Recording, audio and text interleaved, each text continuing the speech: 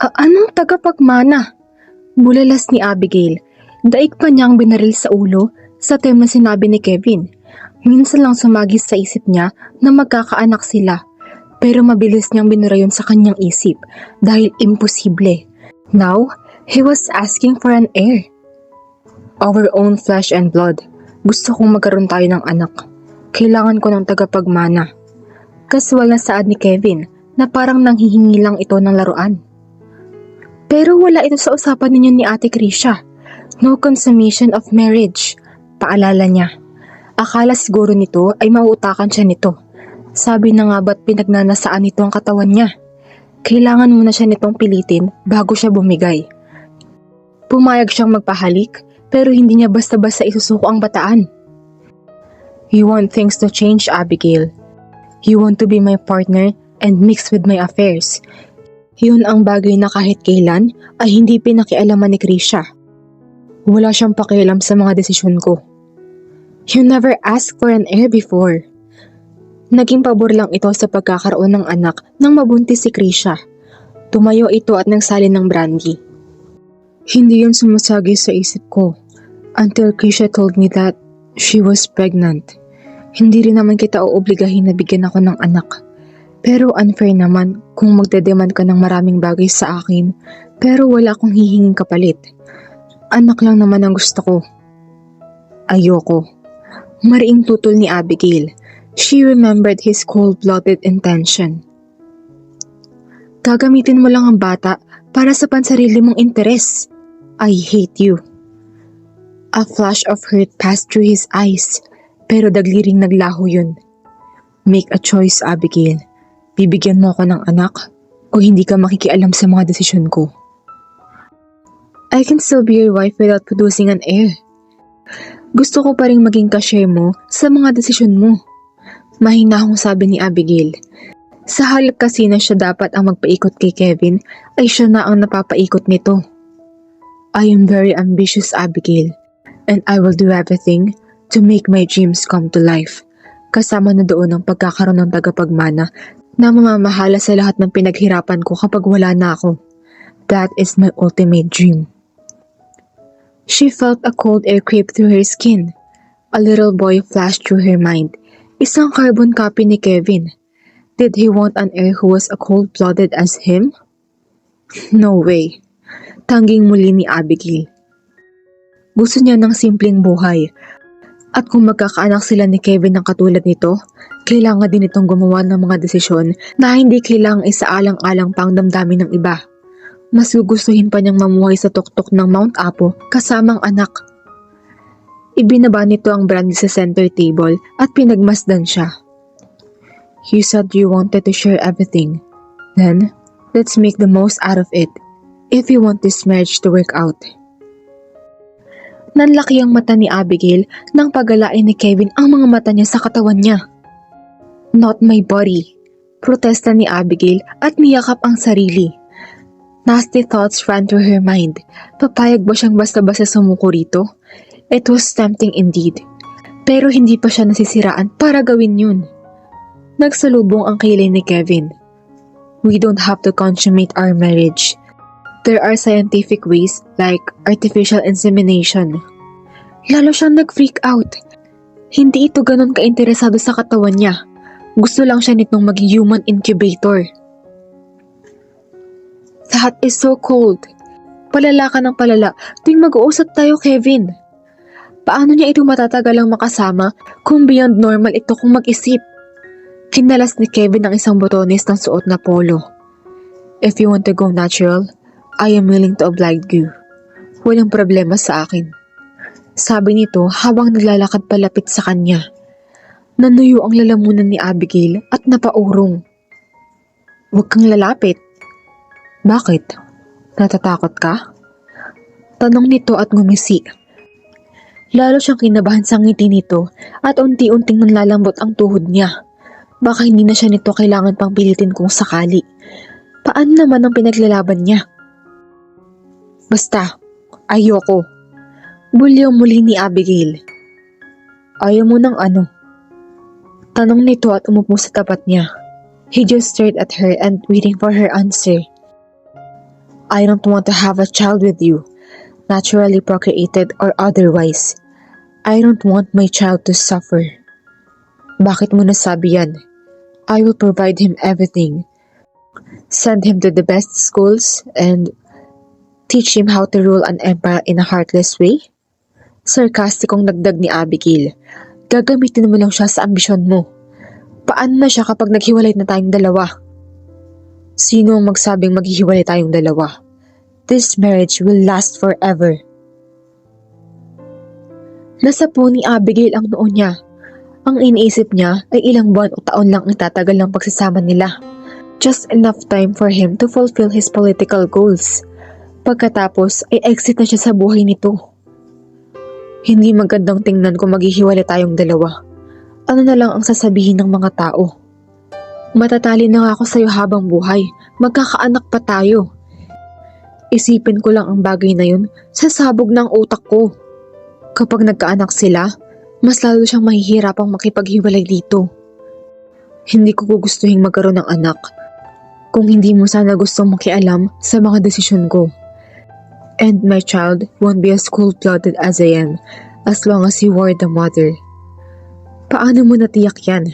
You want a copy of yourself and I won't allow that to happen. I know. Kung hindi mo pinakikialaman ng affairs ko at tatahimik ka lang sa isang tabi, hindi magandang environment yun upang kalakihan ng bata. Makakabuti sa kanya kung mainang katulad mo. Poprotektahan mo siya mula sa akin, hindi ba? Para hindi siya tuluyang malunod sa ambisyon. And besides, my child and I would have different mothers. With your guidance, he will grow up just fine. He can still be ambitious and still have a heart.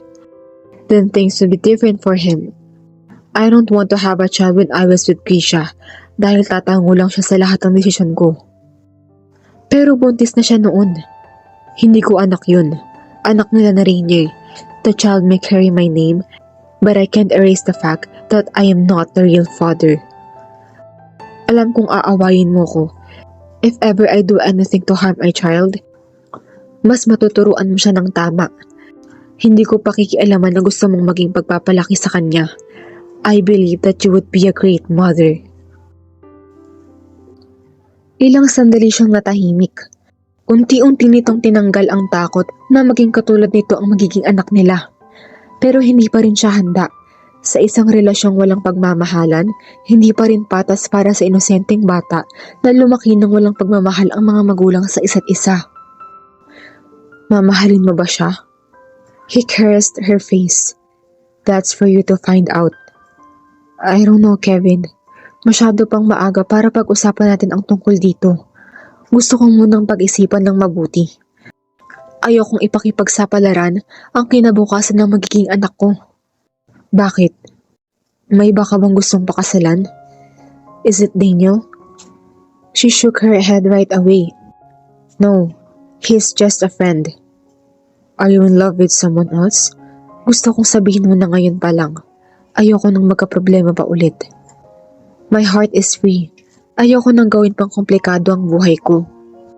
Natitiyak niyang malabo pa siyang ma-inlove, lalo na't ikakasal na sila. Kahit na hindi niya mahal si Kevin, wala sa bokabularyo niya ang mga liwa. Good. Because I don't intend to share you. She suddenly sensed possessiveness in his voice, as if he owned her. Ihihiwalay mo ba ako sa boyfriend ko kung mayroon ako? No. I hate interfering with other people's love affair. Malas yun. And besides, hindi ko saklaw ang nararamdaman mo. So from now on, I won't allow you to meet other guys bago ka pa tuluyang ma-inlove sa iba. I don't have the right to fall in love. You can, but I won't allow extramarital affairs. Kaya kung may gusto kang iba, kalimutan mo na. Hindi rin yun magmamaterialize. Rest assured, walang lalaking magtatanan sa akin kung sakali. Pero hindi rin kita papayagan na mambabae. Malilintikan ka sa akin. Hindi papayag si Abigail na may dumikit din na ibang babae rito. Gagwardyahan niya ito. Hindi ako interesado sa mga babae. At lalong hindi ko hahayaang sila ang humadlang sa ambisyon ko. Don't worry. I will have my eyes on you from now on. He said in a sensual voice, na parang siya lang ang babae sa buhay nito. It was supposed to sound businesslike, but it caressed her heart. Mukhang sa lahat ng pinag-usapan natin, dun lang tayo nagkasundo. It is a deal then? Yes. Good, he said, then pulled her against him. His teasing mouth kissed her sensually. Did he find out her weakness? Alam na ba nito na tuwing hahalikan siya nito, ay nawawala siya sa sarili? At pwede siya nitong pasunurin sa lahat ng gustuhin nito nang hindi tututol? Hindi papayag si Abigail na ganun ang mangyari. She needed her senses back. O wala siyang maihaharap na muka kahit sa sarili niya. Itinulak ni Abigail si Kevin palayo.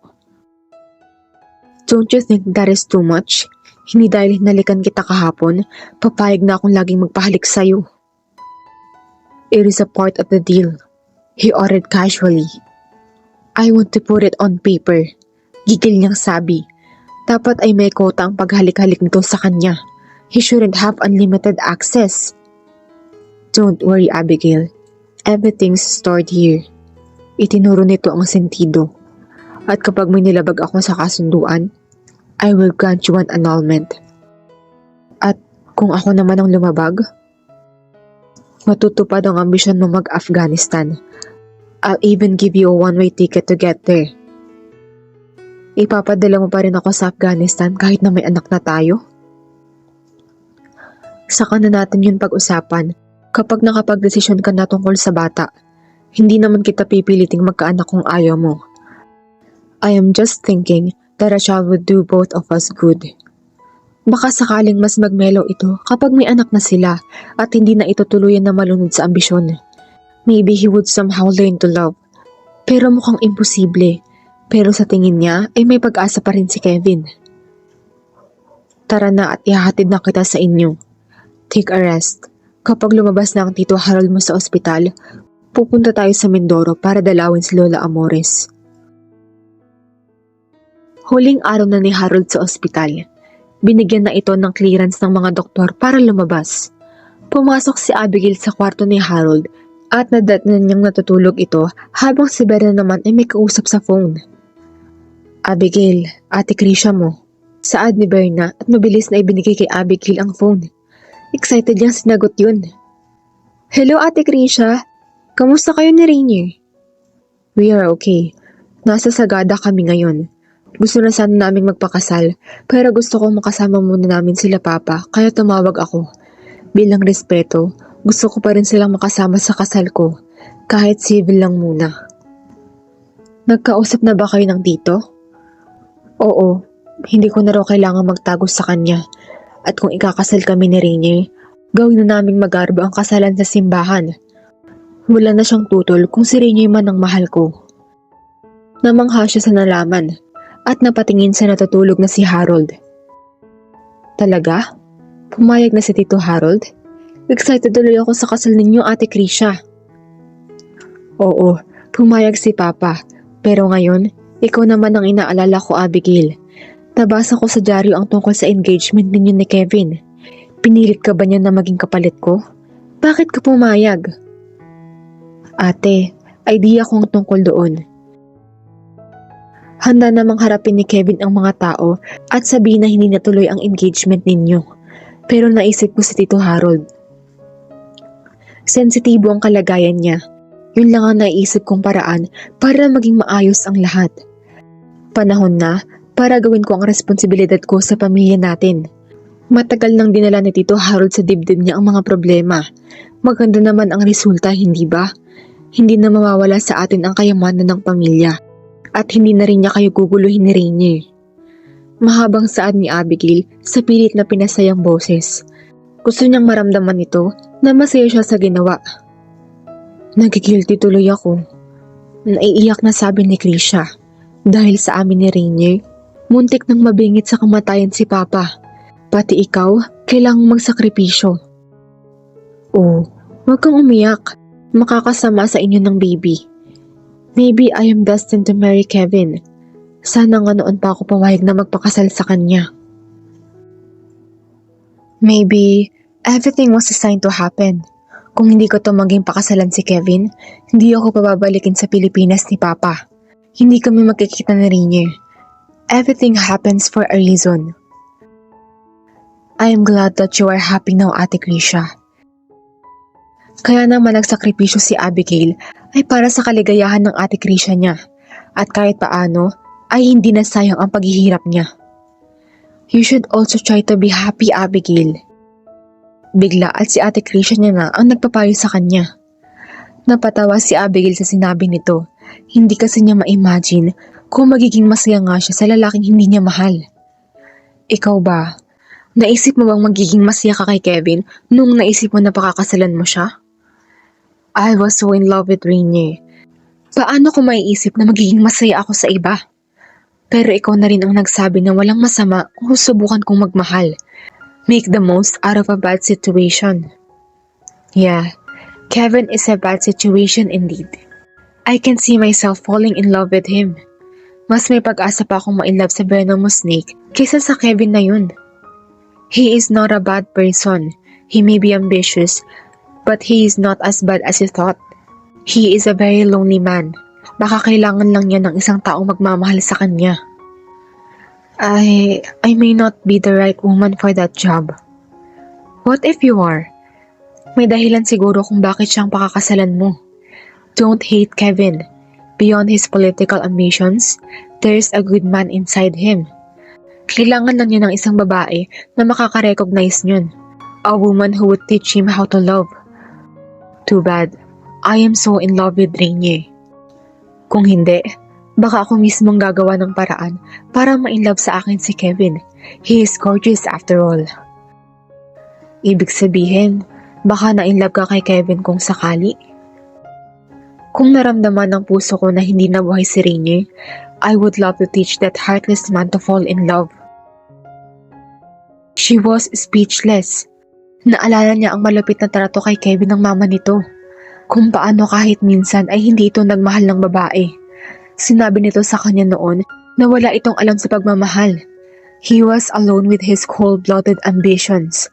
He wanted to have a child to pass his ambitions too. Bumigat ang dibdib niya dahil nakadama siya ng lungkot para dito. Maybe deep in his heart, he also longed to be loved. Sa palagay mo ba, Ate Krisha, ayun ang mission ko sa buhay? Who knows? Minsan, galit na galit tayong mapasok sa isang sitwasyon na ayaw natin. Hindi natin nakikita ang positive side. We tend to hate the people who are involved.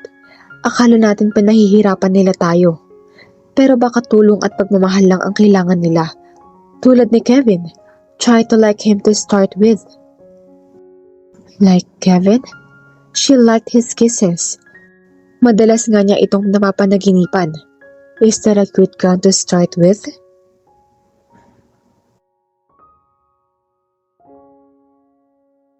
Ayoko sa kanya. Si Krisha ang gusto kong makita. Siya ang gusto kong pakasalan mo. Sigaw ni Lola Amores mula sa loob ng kwarto. Hindi sila nito nilabas ni Kevin nang dumating sila. Hindi sila makapasok sa kwarto nito dahil galit na galit ito. Kaya kahit tapos na ang oras ng tanghalian, ay pare-pareho pa rin silang hindi nakakakain. Lola, harapin naman ninyo kami ni Abigail. Kilalanin muna ninyo siya bago kayo magalit. She is also nice and... Hindi. Oo, magkamukha at magpinsan nga sila ni Krisha. Pero ayoko sa kanya. Kung siyang pakakasalan mo, kalimutan mo ng lola mo ako. Magpasalamat ka dahil nagkasakit ako nung engagement party mo at hindi ako nakapunta. Kundi, ay iniskandalo ko kayo ng babaeng yan. Hindi rin ako pupunta sa kasal mo. Titiyakin kung magkakasakit din ako nun. Mangangatwiran pa sana si Kevin nang pigilan ito ni Abigail. Hayaan mong ako ang makipag-usap kay Lola Amores. Come on, Abigail. That old woman has a temper. Minsan lang siya magalit pero matindi. Kahit akong apo niya, hindi siya basta-basta napapalambot.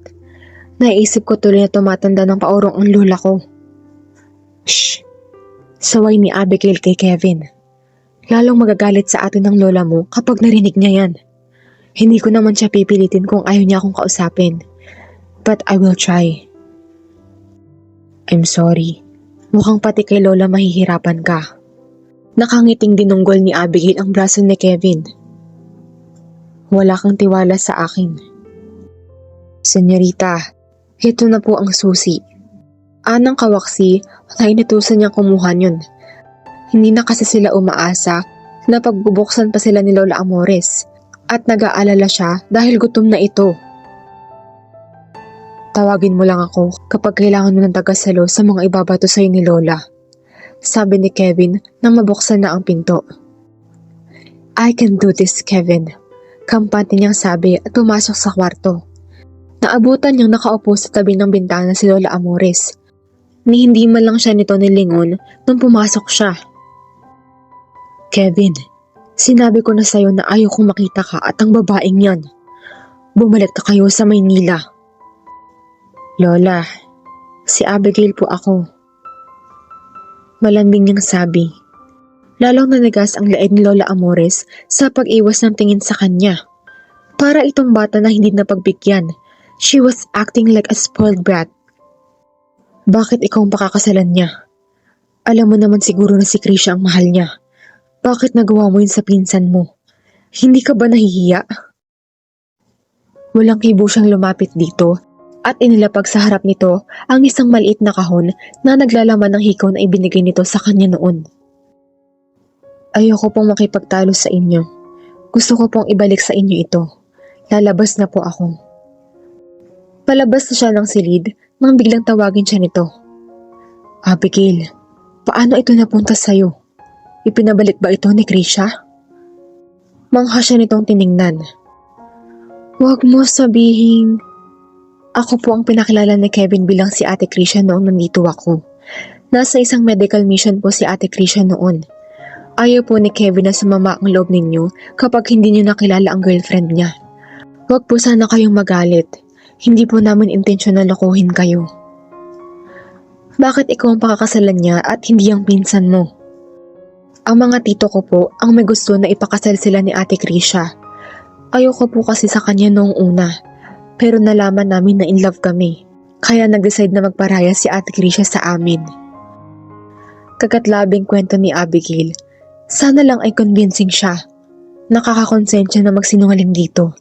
Every time they talk, she always feed her lies. Pero ayaw naman niyang pasamain ang loob nito. Dahil maaaring ito lang ang taong totoong pinahahalagahan ni Kevin. Totoong mahal mo ang apo ko? Nakayo kong tumango si Abigail. Opo, Lola. Mahal ko po ang inyong apong si Kevin. Napatda si Abigail nang bigla siyang yakapin ni Lola Amores. Mabuti at ikaw ang pinili ng apo ko. Nung unang kita ko pa lang sa'yo, gustong gusto ko na kayong dalawa. Hindi po kayo galit, Lola? Paano ako magagalit sa babaeng nagmamahal sa apo ko? Huwag kang magsasawa sa pagmamahal sa kanya, Iha. Inilagay ni Lola Amores sa kamay ni Abigail ang kahon ng jade earrings. At sa'yo na ito. You are the rightful owner of this earring and my grandson's heart as well. Hindi ako nagkamali sa'yo. Sa unang pagkakataon, ay naramdaman niyang welcome siya sa pamilyang yun. Parang bigla siyang nagkaroon ng kakampi. At least, may isang tao siyang napasaya sa pagpapakasal nila ni Kevin nang walang anumang vested interest. All Lola Amores wanted was Kevin's happiness. Sana nga ay maibigay niya yun. Kevin, pwede ka nang pumasok. Tawag ng Lola Amores niya. Okay na po kay Lola? Wala na po kayong topak? Hinampas ni Lola Amores ang balikat ni Kevin. Anong topak? Naglalambing lang ako. Alam mo naman ang mga tumatanda. Akala ko matitiis ninyo kami ni Abigail eh. Sabi ni Kevin at sabay yakap nito sa Lola Amores niya. Huwag ako ang lambingin mo kundi ang girlfriend mo. Gusto kong makita kung mahal nga ninyo ang isa't isa. Halikan mo siya. Po? Namumulang bulalas ni Abigail. Lola naman. Angal ni Kevin. Kinurot ni Lola Amores ang tagiliran ni Kevin. Noong una, pinalagpas ko na basta mo lang siya hinalikan. Naiintindihan ko na ngayon dahil hindi mo pa naman talaga siya nobya noon. Pero ikakasal na kayo ngayon. Walang masama kung makikita kong hahalikan mo siya. Sa akin pa ba naman kayo mahihiya? Kung noon ay nagagawa niyang ngumiti ng pilit kapag hahalikan ni Kevin, ngayon ay kinakabahan na siya. Don't be tensed, Abigail. Trust me. Bulong ni Kevin sa kanya. She never doubted his expertise. He was a very ardent kisser. Wala siyang tiwala sa sarili niya. Just a simple touch, a simple kiss, and she would explode. Nawawalang muli si Abigail sa sarili niya. She just let her senses take over. She closed her eyes when he kissed the corner of her mouth while breathing his name. Tuluyan ng pinaubayan ni Abigail ang lahat dito. She loved the taste of his mouth, the taste of him. She wondered if other men could make her feel that way. Ni hindi niya ma-imagine na kaya mabigay ni Kevin ng ganong intensidad na halik. Kevin had branded her. She was exclusively his. Parang napaso siya at biglang naghiwalay nang tumikhim si Lola Amores. Hihintayin ko na lang kayong dalawa sa komedor. Parang hindi ko na kayo mahihintay pa na matapos. Nanunuksong sabi ni Lola Amores at lumabas na ng kwarto. Tuluyan na atang nabaliw si Abigail. Hindi lang ang mga labi niya ang basta niya ipinamahala rito. She was thinking about surrendering her whole self and her entire life to Kevin. At sa harapan ni Lola Amores, siya tuluyang nawala sa sarili. Nag-init ang pisngi niya nang magkatinginan sila ni Kevin. I wonder, hindi ka pa naman ganun kagaling nang una kitang halikan, Abigail. Saan ka nag-practice? Pabirong sinundok ni Abigail ang sikmura ni Kevin. Excuse me, ikaw pa lang ang lalaki nakakahalik sa akin. Anong palagay mo sa akin kung kani-kanino humahalik? Itutulad mo naman ako sa'yo na maraming giling na babae to practice with. Jealous? Jimon, Kevin. Ilusyonado. Aniya at iniwan si Kevin na mag-isa sa kwarto. Hindi nito malalaman na nagingit-ngit nga siya tuwing maiisip kung sino-sino mga babae ang nauna sa buhay nito. Pero hindi siya nagsiselos. Hindi nga lang niya alam kung ano ang tawag sa nararamdaman niya.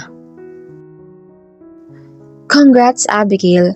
Nagulat talaga ako nang malaman kung kayo ang na-engage ni Kevin. He rocked the whole country. Excited na sabi ni Rachel nang dalawin siya nito sa hacienda nila sa Mindoro. In-update siya nito sa mga activities ng grupo nila at inaayos din nila ang mga schedule. Habang si Kevin naman ay kausap ang ilang tauhan sa hacienda para tiyakin na maayos ang pamamalakad ng mga ito. I was shocked myself.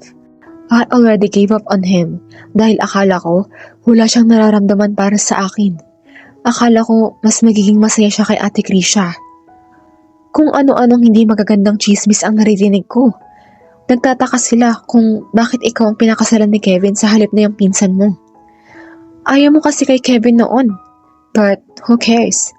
Love prevails. Good thing you were able to save your love on time. Mahirap kung maikakasal si Kevin sa babaeng hindi niya mahal. Mahinang napatawa si Abigail sa sinabi ni Rachel. Hindi ka naniniwala na pinikot ko siya o ginayuma? Yun kasi ang sinasabi ng karamihan. Parang hindi ko kilala si Kevin. Sa akin siya nagtanong tungkol sa mga bagay na gusto mo noong gusto ka niyang ligawan dati, hindi ba? Yeah, my traitor friend. Pabiro, ngunit sarkastikong sabi ni Abigail sa kaibigan niyang si Rachel. Dapat kang magpasalamat sa akin. I spilled the information to the right man. Worth it naman ang pantatrader ko sa'yo, hindi ba? Hindi ko alam kung yayakapin kita o sasakalin kita. Just don't mind the losers who were crazy over Kevin. Marami kang tiyak na maririnig na pahaging sa mga babaeng yun sa susunod nating mga meeting. Hayaan mo na lang sila. Ang importante, masaya ka. Niyakap ni Abigail si Rachel. Thank you, Rachel. Basta, abay ka sa kasal ko, ha? Senyorita, gusto po kayong makausap ni Sir Daniel.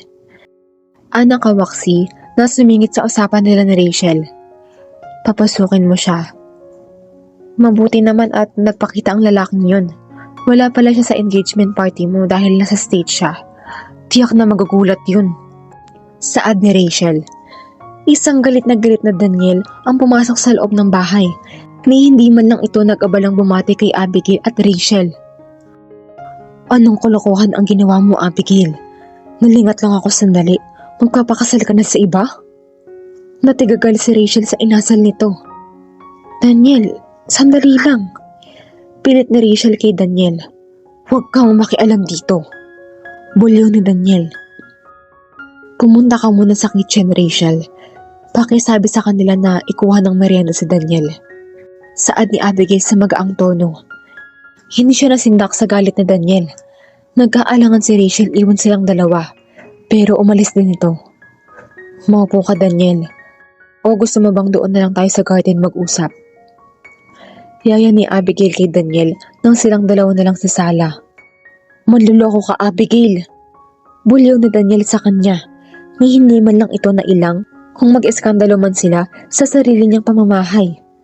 Pinaasa mo ako. Akala ko may pag-asa na tayong dalawa. Pinaglaruan mo lang ako. Kailan kita niloko?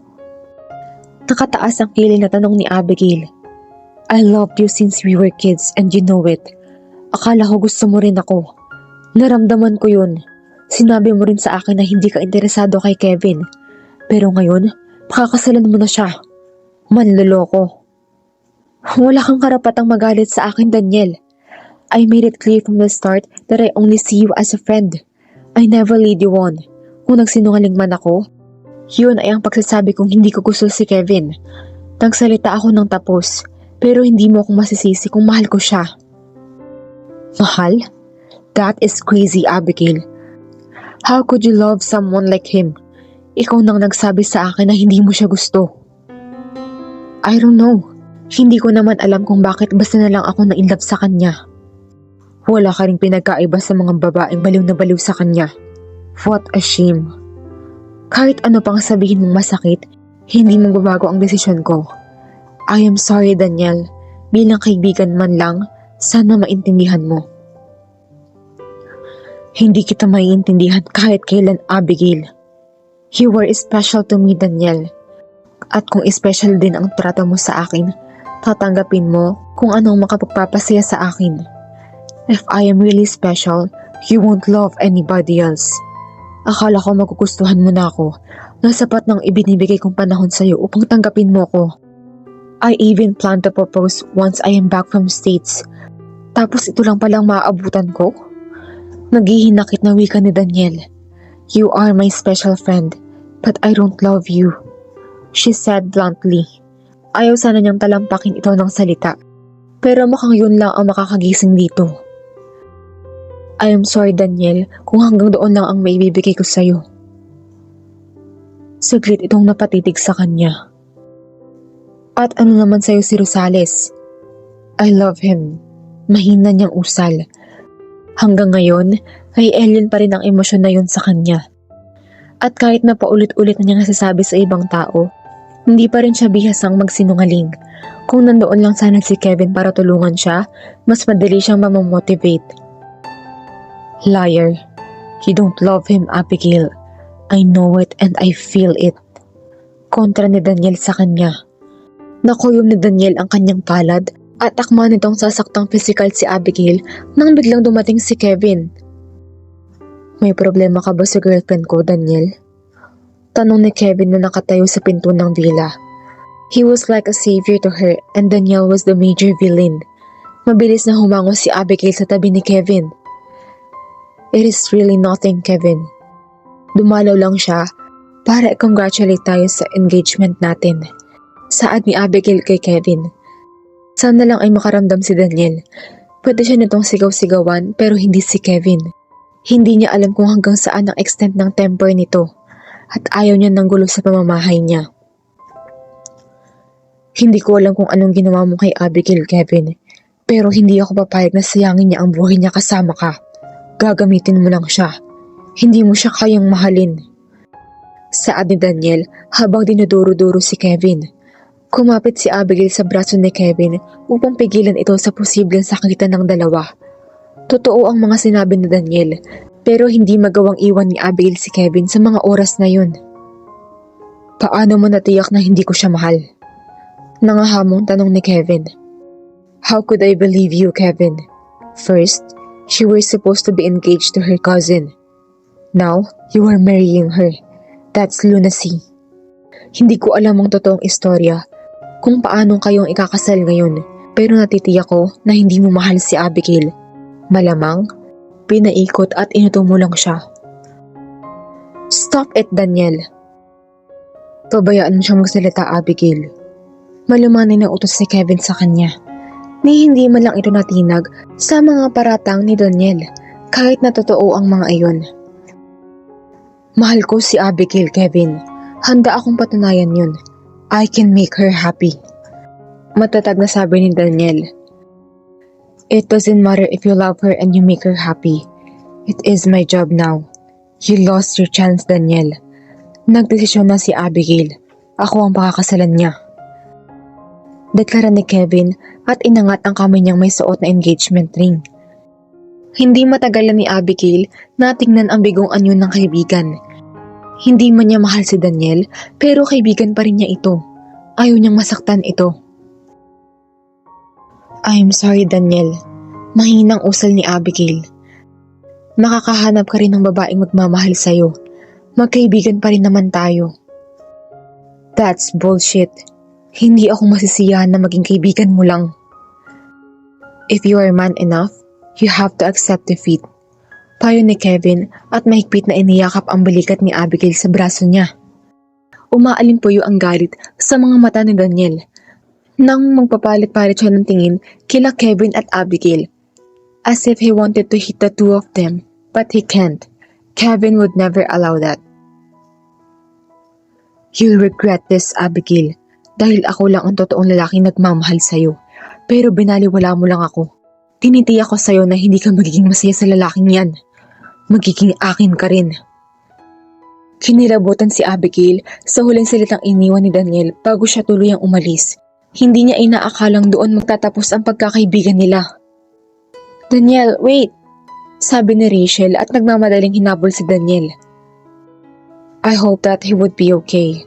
Sabi ni Abigail at lalong isiniksik ang katawan kay Kevin. Parang ito lang kasing nakakaintindi sa totoong nararamdaman niya.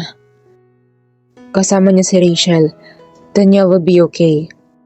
Malay mo, maging masaya din siya para sa atin kapag nahulasan na siya.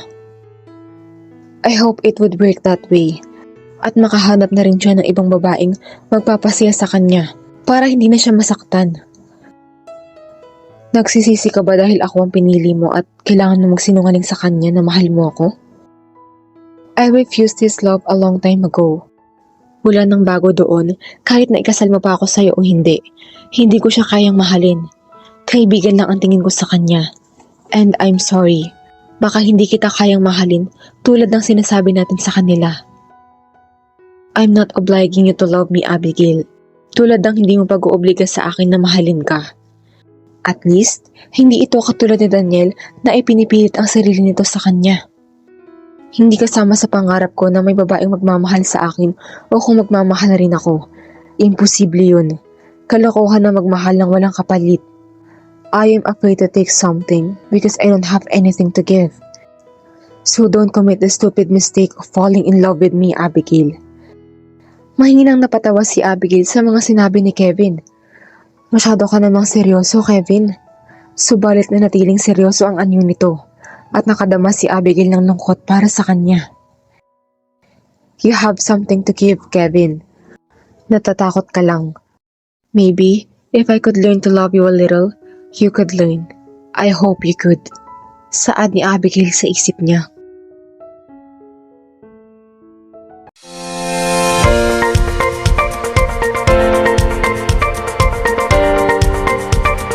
Please like, subscribe, notify,